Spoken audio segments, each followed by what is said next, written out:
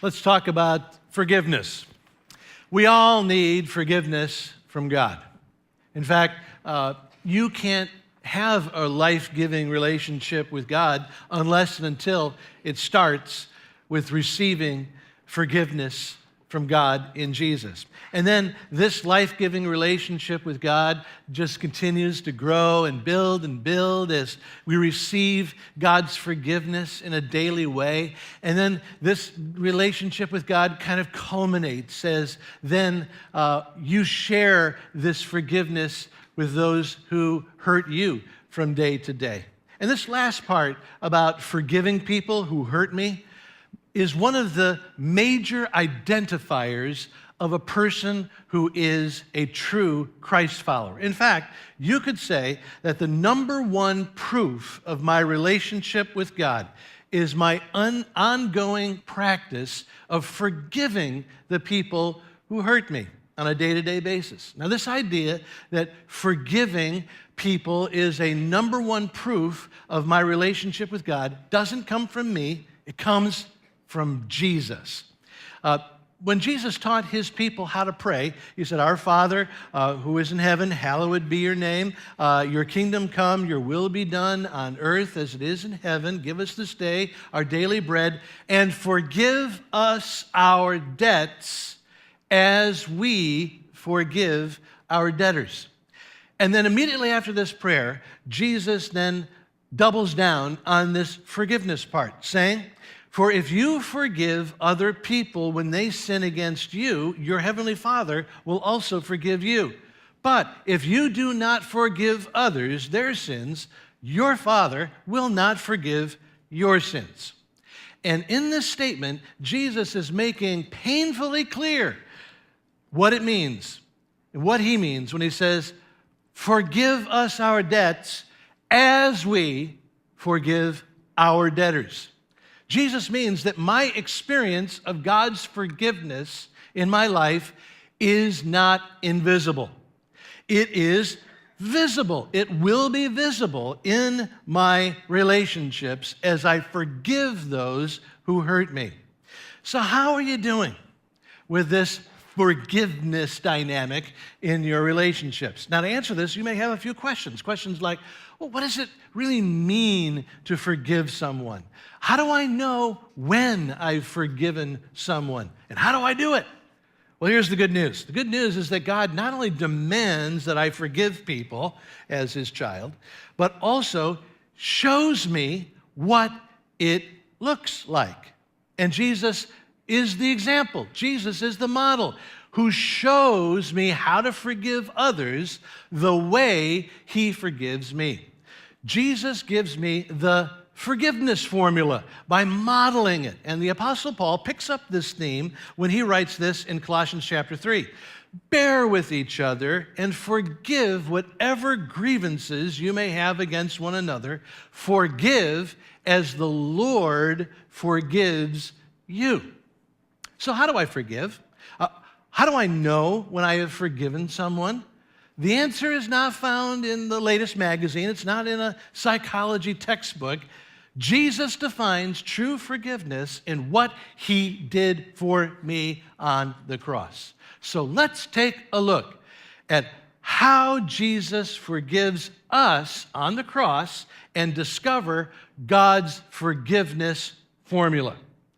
And Paul starts this process by highlighting the first part of God's forgiveness formula in the first chapter of that very same letter we were just looking at, Colossians, where he writes in chapter 1, "For God has rescued us from the dominion of darkness and brought us into the kingdom of the Son he loves, in whom we have redemption, the forgiveness of our sins," where that word, Greek word for forgiveness, means the release of our sins. How do I forgive? The answer is, I forgive the way the Lord has forgiven me. And the first ingredient of his forgiveness for me includes this idea of release. Forgiving others as Jesus forgives me involves releasing. You know that expression, holding a grudge? Pretty descriptive. It implies that I'm holding a tight grip and have an unwillingness to let go of a person who has hurt hurt me. So isn't it interesting that in the New Testament, one of the chief words for forgiveness means to release? This is what forgiveness means. Forgiveness means releasing a person from my desire for payback. It means releasing a person from my ongoing rage and wrath against the person who hurt me. The forgiveness means releasing a prisoner. But here's what God sees. God sees that when I forgive, the one who is most set free is me. So let's think about some of the people I need to release. And let's start with the largest category. The largest category is that group of people in your life who hurt you by failing you or failing your expectations. And the people who most fail to meet your expectations are the people who are closest to you. Your mom, your dad, your son, your daughter, your brother, your sister, your closest friends, and of course, your spouse. You have expectations for how these people should treat you, how these people should never treat you, how these people should speak to you, what they should never say to you, what they should do, what they should never do to you. And when one of these people fails your expectation, it's deeper than just disappointment. It's hurt. Oh, let's take an example or two. Let's say you're a wife who, when you have a cold, when you're sick, you expect your husband to pamper you. Your expectation is that your husband, when he sees that you have a sniffle, says, "Wow, you're sick. Let's call the paramedics, or at least let me feed you something. Let me take care of you. Let me at least give you another back rub." That is your expectation. But instead of your expectations, you have a husband who says, "Whoa, honey, are you sick? Because you look terrible." You tell you what, honey, right after you clean the kitchen, you should go right to bed. Or let's say you're a husband, and your expectation is that whenever you come home, you are greeted by a wife who brings you your slippers, and you are greeted by a dog who comes a-barking. That is your expectation. But when you come home, you get the reverse. You have a wife a-barking, or you have, let's just say, you're in that situation where you don't have a wife who does what you expect. You have a husband who doesn't do what you expect. If you have these unmet expectations and you don't forgive, that unforgiveness results in resentment and bitterness. And like we talked about last week, sometimes I can handle these kinds of situations with some simple conflict resolution. But let's face it, even in the very best of conflict resolutions, that's no guarantee that my expectations will be met in my relationships. Sometimes I just need to release people in my life. Sometimes I just need to forgive by releasing my spouse and others from my unmet expectations. Relationships are full of disappointments. And sometimes I just need to release my parents, release my kids, release my friends for not measuring up to the way I expect to be loved. Sometimes I need to just release my brothers and sisters here at church who don't meet my expectations for how I want to be supported. Now, obviously, sometimes the experience of hurt is much deeper than what we would call unmet expectations. But even if the wound is that devastating betrayal or abandonment, even if the hurt I must forgive goes deep, this principle of releasing is the same. I must release the person from the grip of my desire for payback. I must release the person from my ongoing wrath and rage, because this is how God forgives me. Through Jesus, God releases me of all that my sin deserves. And then he empowers me to release my hold on the grudges I have for the people in my life. But there's a second part of the forgiveness formula. Forgiving others as Jesus forgives me involves blessing. What is forgiveness? Well, Jesus shows me. He models it in what he does for me. And I know firsthand that the forgiveness of Jesus is much more than just releasing me from what I deserve.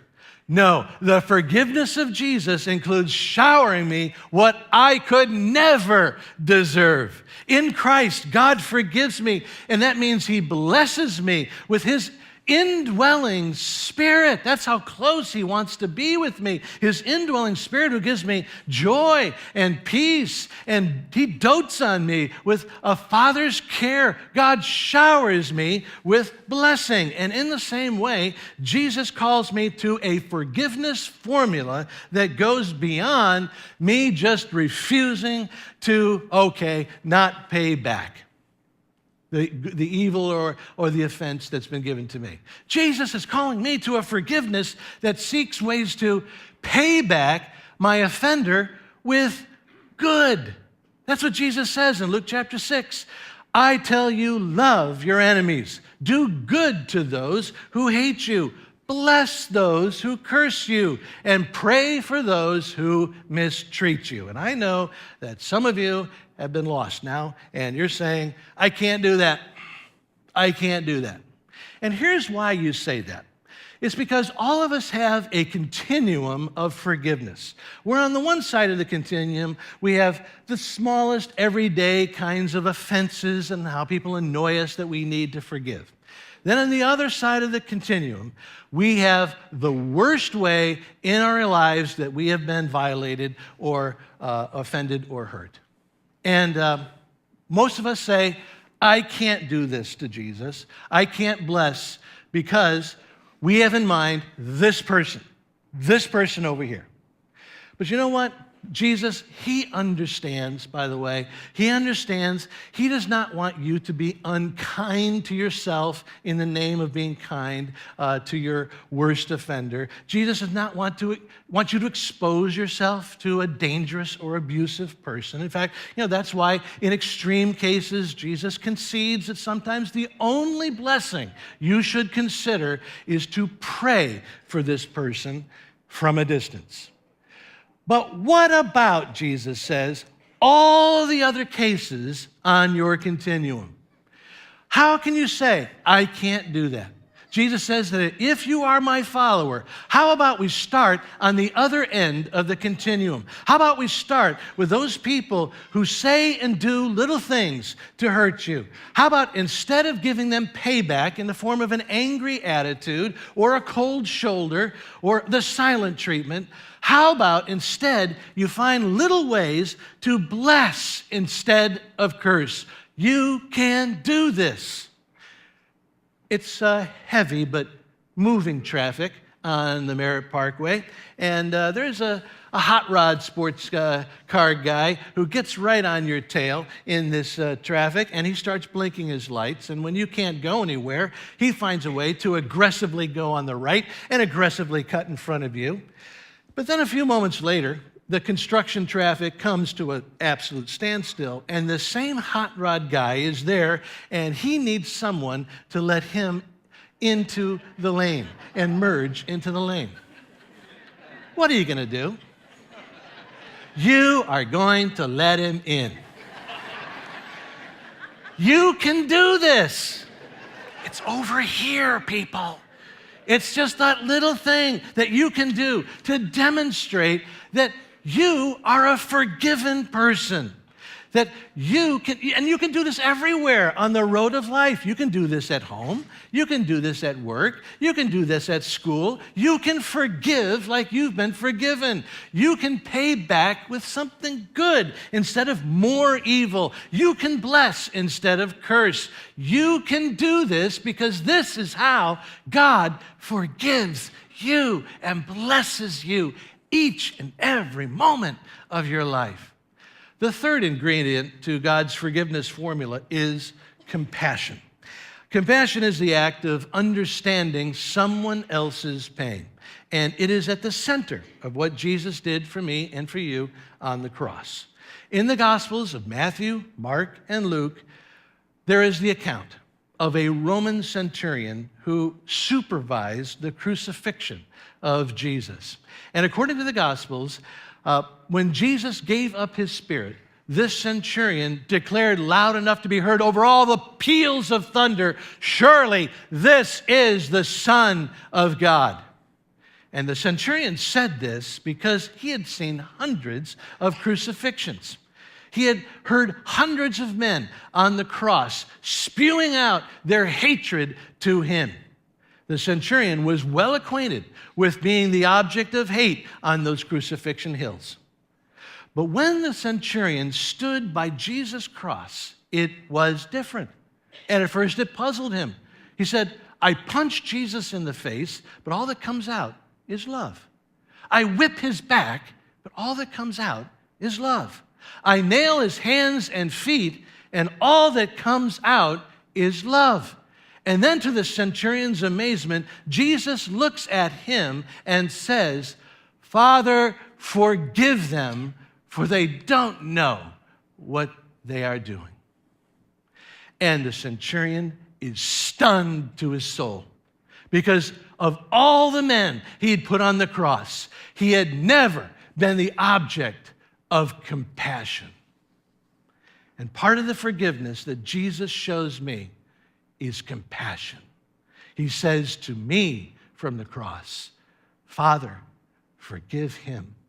He doesn't know what he's doing." Compassion is the act of understanding someone else's pain, even in the midst of your own. Compassion is the act of seeing that the person who hurts you is a hurting person.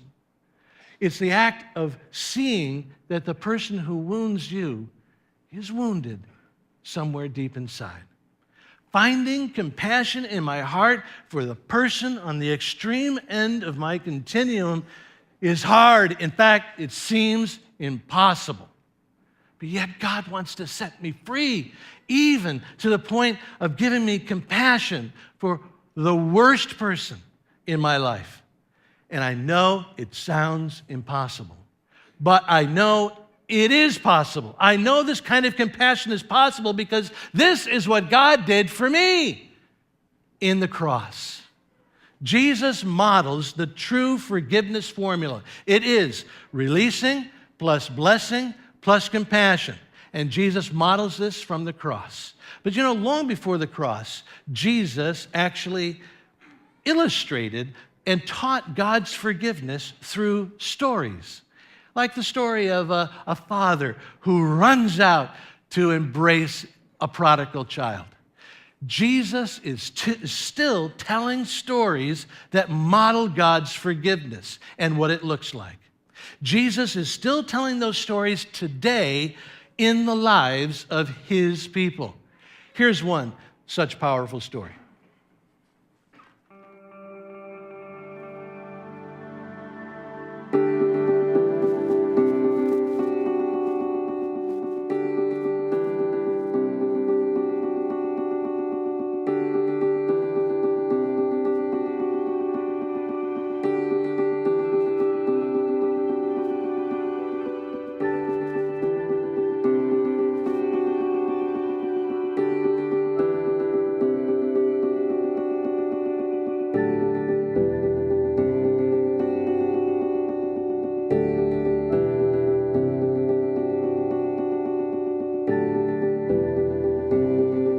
Friendship is pretty amazing. We usually get together every once in a while to see what's going on in each other's lives. Just recently, a couple months ago, I just got married, and Eric's been just full of advice to really help my marriage out and really keep God the center.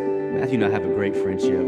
He's a great guy. We get together and get to talk about what God's doing in our lives, what's going on at work, what's going on at home, just everything about life we share together. There's a bond, there's a camaraderie that's there that's, I think, just unique. The memories that we have, the things that we've shared have just been amazing.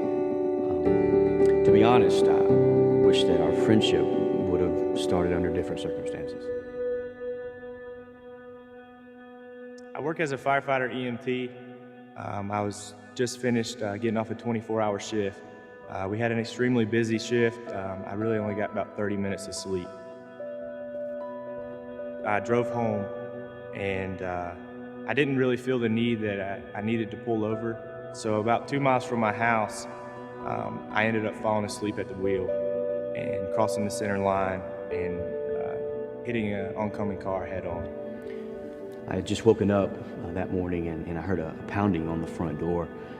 And so I went to see what was going on, and the senior pastor from my church where I serve, Jeff, was there. He had told me that my wife and my daughter had been in a car accident, that I need to get my keys, get my cell phone, get my wallet, and let's go. So I grabbed my stuff, we jumped in the truck, we went to the hospital. June had sustained some broken bones, and the steering column had actually been crushed in towards her abdominal area. And due to the injuries that she sustained, they pronounced her dead. My wife was also pregnant, almost 7 months pregnant with our son, and we lost him as well. Faith, who was 19 months old at the time, was also in the car, but amazingly, she came out of it with no injuries, just some mild abrasions and some bruises. Hearing the news, just trying to process it. Not only did I lose my wife and my best friend, but I also lost a son.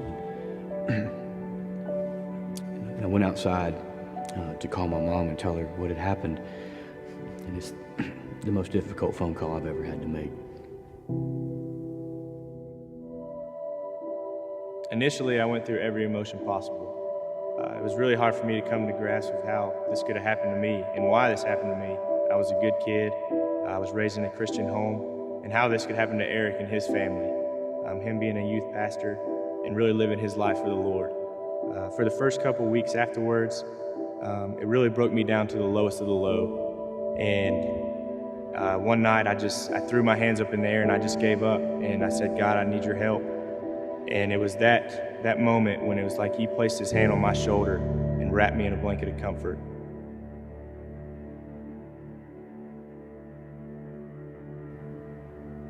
Initially, it was tough not being able to talk to Eric because of legal issues. All I wanted to do was to make sure that he was okay and express my emotion and sorrow to him, and I couldn't. All everybody could tell me is that Eric was praying for me and wishing comfort upon me, and I really couldn't understand that, but I knew that was God working through him. So I got a call from the Solicitor General, and she was wanting to know how I wanted to pursue the case against Matthew. I could push for the maximum penalty, which possibly would have meant jail time, but would have definitely eliminated any hope of him being a firefighter in the future, or I could opt for a lesser charge.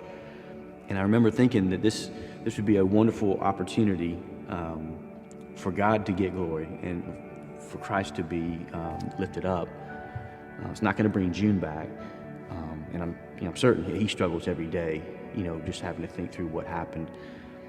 So I just decided to opt for the lesser charge as an opportunity, again, to demonstrate God's forgiveness and God's love. The day before the 2-year anniversary of the accident, I still had not spoken to Eric. I stopped at Publix to get him a card, just let him know that I was thinking about him and praying for him and his family. As I got out of my truck to walk into the store, I saw Eric walking towards me. There were just tears streaming down his face. I just walked up to him and I gave him a hug, and we embraced for a short time. And then I began to share with him kind of what God had taught me. And we talked for an hour and a half to 2 hours, and it was just a beautiful time where we shared just experiencing God's grace, God's healing, the power of forgiveness, the restoration. I communicated to him a desire that I had to stay involved in his life, to invest in a relationship with him from this point forward, and he immediately echoed the same sentiment to me, that was something he had desired as well. And we wanted to just stay in touch and continue to grow in our relationship with each other as we continue to grow with God. And it was just, to me, amazing how God orchestrated all of this together. I mean, we happened to be at the same place on the same day to talk for the first time. And I remember thinking, had we not met and had this conversation, we wouldn't be where we are today. In fact, it was an opportunity that God used to not only heal and bless us, but we feel like it's going to be one that He uses to heal and bless others as well. All I remember is Eric telling me that he wasn't mad at me and that he didn't blame me. And all I could tell him is how sorry I was. God has taught me through Eric the power of forgiveness, the healing through forgiveness, and His faithfulness. Me and Eric now share a bond that is unbreakable. And through Eric's friendship, my life has forever changed. Now, don't think this is a rainbows and butterflies kind of story. It's been a rough road. It's been a lot of lonely nights, tremendous pain, thoughts of uncertainty and frustration. There's not a day that goes by that I don't wish June was still here. But I am who I am today because of what God has done in me through these circumstances. And for that, I'm thankful. You know, one thing I've learned from this whole experience is that God is faithful. And that when our little bit of faith would intersect with His faithfulness, God shows up big and does some amazing things in us and through us.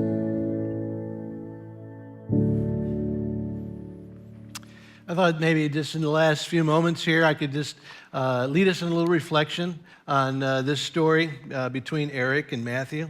Because on one level, Eric and Matthew and their human story is actually a picture of God's big story in the gospel. If you are in Jesus today, then what Eric did for Matthew is what God does for you. Eric didn't just forgive Matthew for what he did. Eric didn't just release Matthew from punishment. Eric made Matthew his friend. And this is what God does through Jesus. God does more than just forgive you. God does more than just release you from punishment. God makes you His friend. And God doesn't wait to just bump into you somewhere along life's journey. God goes out after you. He runs after you to wrap you up in His complete, unconditional love and makes you His personal, forever friend. So if you follow Jesus today, this is true about you and God. But this truth comes with at least two imperative implications. And the first implication is that if you have a story like this of a relationship with God, a friendship with God, it is too good to keep to yourself. Just like Eric and Matthew have a story that is too good to keep a secret, if you have a friendship with God through Jesus, Jesus commands you to share it, to declare it, starting with baptism. If you have become God's forever friend through the cross, Jesus commands you to declare it through baptism. It's not about what you think, it's not about what you feel or what you would prefer. It's about following Jesus and what He says. And what Jesus says is that if you've not been baptized to declare this friendship with Him, you need to do that. And so right after this service, you're going to walk out the back door and you're going to go to the prayer room for a 10-minute or less briefing so you can be ready to be baptized in 2 weeks, June 24th. Don't worry about communicating your story. That's our job. It's on us. We'll make it easy for you. And do not say, I can't be baptized because I'm not perfect yet. None of us is perfect. You will be flawed forever to remind you that you always need the forgiveness of God. So if you have a forever friendship with God, you need to share it, starting with your baptism. That's the first imperative. The second imperative is that you must forgive as the Lord has forgiven you. Eric and Matthew's story is an extreme example of how God empowers His people to follow His forgiveness formula: releasing, blessing, compassion. Releasing plus blessing plus compassion. If you have been forgiven by Jesus, then you have his Holy Spirit empowering you to follow this miraculous formula. I don't need to know who it is. I can't know who it is that you need to forgive today. But I know there's somebody. I know there's somebody living or dead right now. God is prompting you to either forgive someone from your past, release somebody in your present, or God's preparing you for what you're going to need in the very near future. Everybody gets hurt. But there are a few people in this world, who find the freedom of the forgiveness formula of God. How about you?